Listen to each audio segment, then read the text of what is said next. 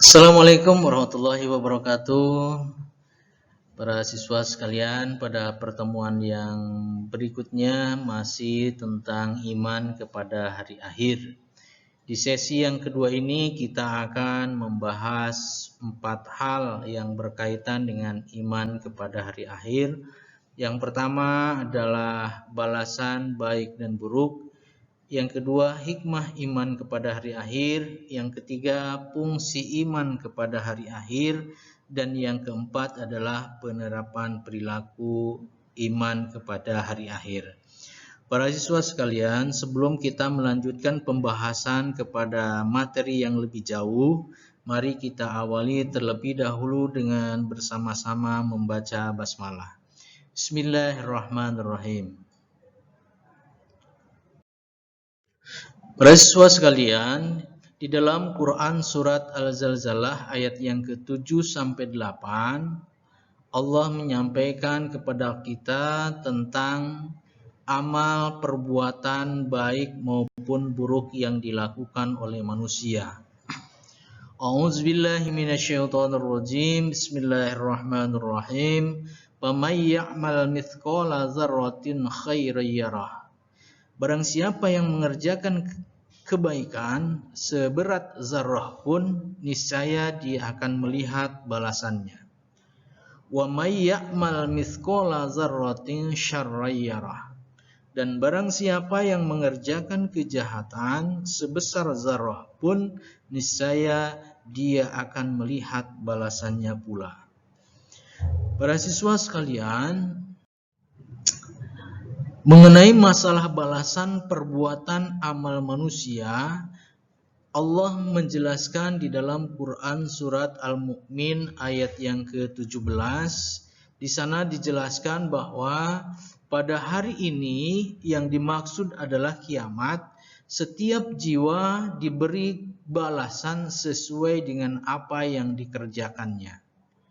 Berkaitan dengan hal tersebut, disadari atau tidak, diyakini atau tidak, pasti akan terjadi sebagai bentuk pertanggungjawaban atas semua perbuatan yang kita lakukan, baik itu yang baik maupun perbuatan yang buruk. Maka yang harus kita lakukan saat ini adalah berusaha dan berupaya untuk memperkecil atau meminimalisir dari melakukan perbuatan yang tidak sesuai dengan ketentuan agama dan berusaha untuk menjadi pribadi-pribadi yang taat beribadah dan mengabdi untuk memperoleh kemuliaan dan ridho dari Allah Subhanahu wa taala. Siswa sekalian, balasan amalan baik. Kita pahami bersama bahwa Allah Subhanahu wa taala memberikan balasan kepada manusia dengan dua hal, yaitu balasan kebaikan dan balasan keburukan. Maka yang harus kita lakukan adalah tanamkan keyakinan di dalam diri kita bahwa orang yang berbuat baik pasti jawabannya baik. Orang yang berbuat baik adalah mereka orang yang aktivitasnya sesuai dengan perintah Allah dan Rasul-Nya, akan mendapat balasan baik. Seperti dijelaskan oleh Allah di dalam Quran surat Hud ayat yang ke-108. A'udzubillahi minasyaitonirrajim. Bismillahirrahmanirrahim. Wa ammal ladzina su'idu fa fil jannah khalidina fiha ma damatis samawati wal ard illa ma syaa rabbuk ata'an ghairu masdud. Adapun orang-orang yang berbahagia, maka tempatnya di dalam surga. Mereka kekal di dalamnya selama ada langit dan bumi, kecuali jika Tuhan menghendaki yang lain, sebagai karunia yang tiada putus-putusnya. Quran surat Hud ayat yang ke-108. Ciri orang yang berbahagia ada 4 berdasarkan ketentuan huruf di atas. Yang pertama, firrun, artinya senang berbuat kebaikan. Berbuat kebaikan kepada Allah, berbuat kebaikan kepada diri sendiri, berbuat kebaikan kepada orang tua, berbuat kebaikan kepada masyarakat, dimanapun dan kapanpun, baik dalam keadaan sempit maupun dalam keadaan lapang.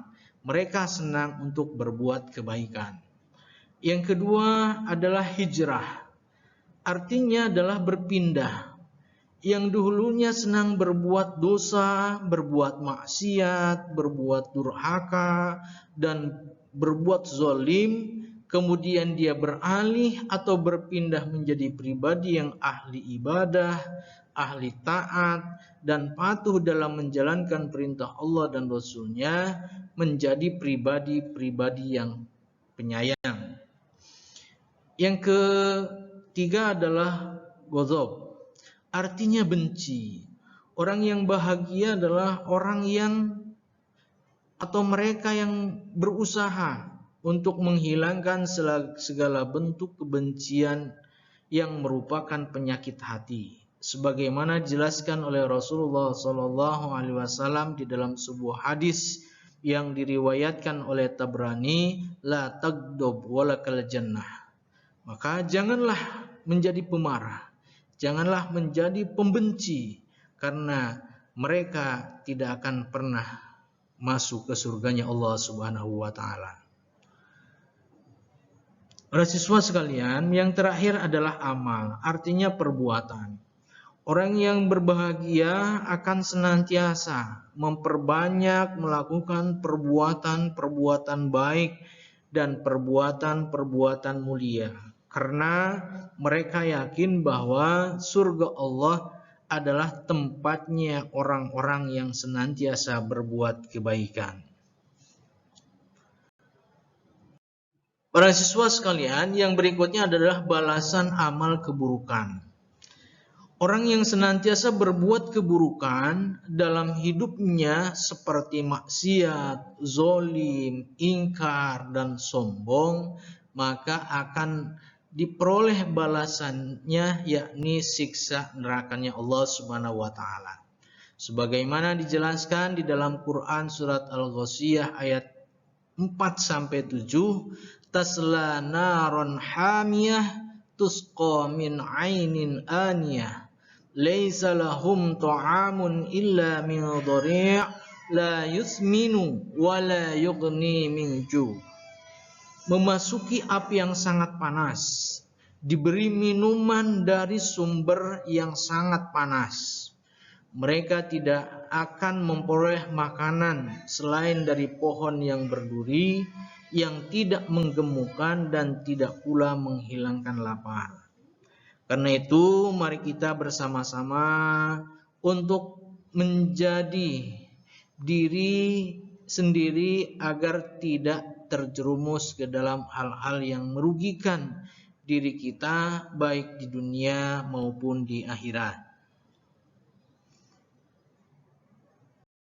Para siswa sekalian, yang berikutnya yakni hikmah iman kepada hari akhir. Setelah mempelajari dan memahami materi tentang iman kepada hari akhir, maka hal yang harus kita ambil pelajaran adalah pertama, menyadari bahwa hidup di dunia tidak akan kekal. Yang kedua, kita pahami bahwa dunia hanya tempat persinggahan sementara dan akhir adalah tempat yang kekal. Ketiga, memperbanyak bekal untuk ibadah dan amal soleh. Yang keempat, kehidupan akhirat lebih baik dan istimewa daripada kehidupan dunia. Dan yang kelima, berhati-hati dalam ucapan, perbuatan agar selamat dunia dan akhirat.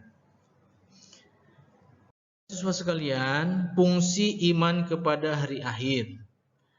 Adapun fungsi iman kepada hari akhir dalam kehidupan sehari-hari antara lain yang pertama, meningkatkan keimanan kepada Allah sehingga menambahkan kualitas iman. 2. Termotivasi untuk melakukan kebaikan. 3. Terdorong untuk selalu menjaga diri dari melakukan hal-hal yang dilarang oleh Allah Subhanahu wa taala. Yang keempat, semangat dalam mempersiapkan diri untuk kehidupan akhirat, tidak sombong dan tidak terlalu mencintai kehidupan dunia.